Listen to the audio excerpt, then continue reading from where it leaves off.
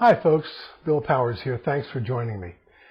We're just a couple of weeks away from the 2012 general election as I record this, and there's a lot of friction. I understand that. There always is.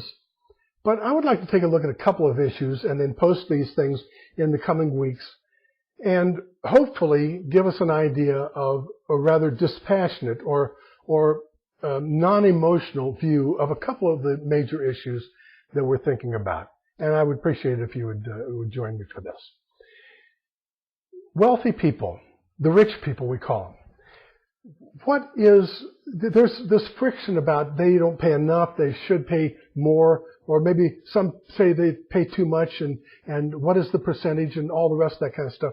Well, the money that they have, a certain amount is taken away from them by way of taxes and that sort of thing. And that's the same with many of us. We pay our taxes, but what happens when the rich have money left over, however much that is? It's not something that is just selfishly hoarded or selfishly consumed on themselves. What are the things that they can do with their money? Well, they're the same four things that you and I can do with our money, and they are these.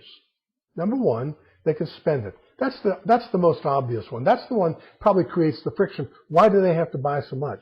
Well, think about this. Anytime they buy anything, somebody has to build it. They buy a house, somebody has to build it.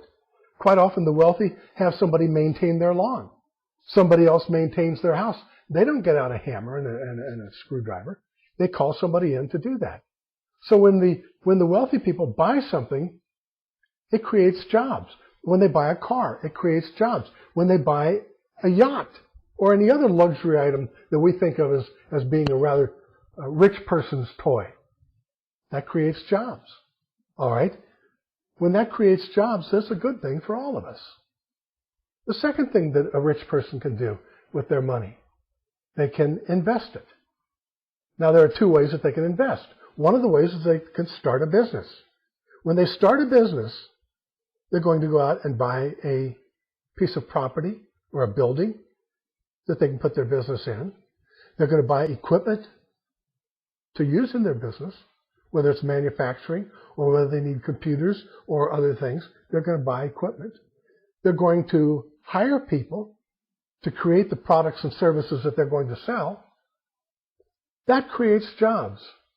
If a person decides, I don't want to start my own business, I will buy stock, and that is an investment, and that is an investment in another business.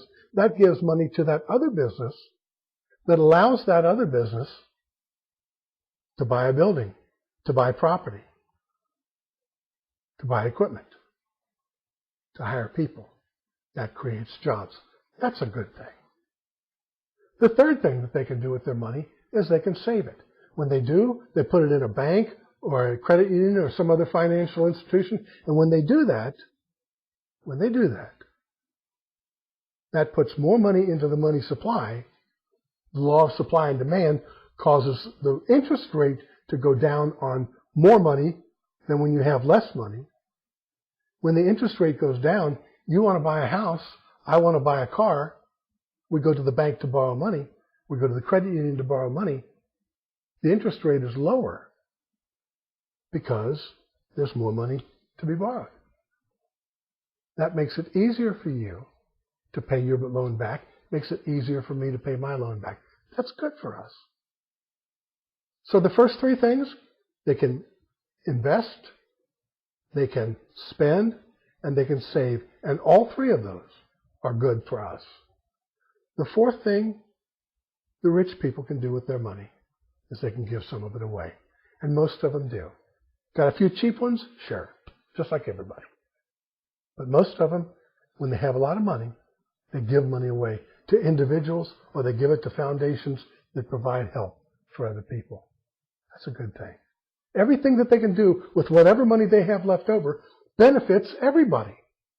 That's a good thing. You say, well, some of them stuff it in the mattress. Listen, let's be honest now. When you read an article like that in a major newspaper that somebody has died and left $1 million stuffed in a mattress, left it to their cat or their dog. What, once every 5 years we read a story like that? You show me one story for that, and I'll show you 100,000 stories where wealthy people do exactly the 4 things that I've just mentioned. And they usually do all of them. When the rich people have money, it benefits everybody. It benefits everybody. That's a good thing. Thanks for listening. I'm Bill Powers.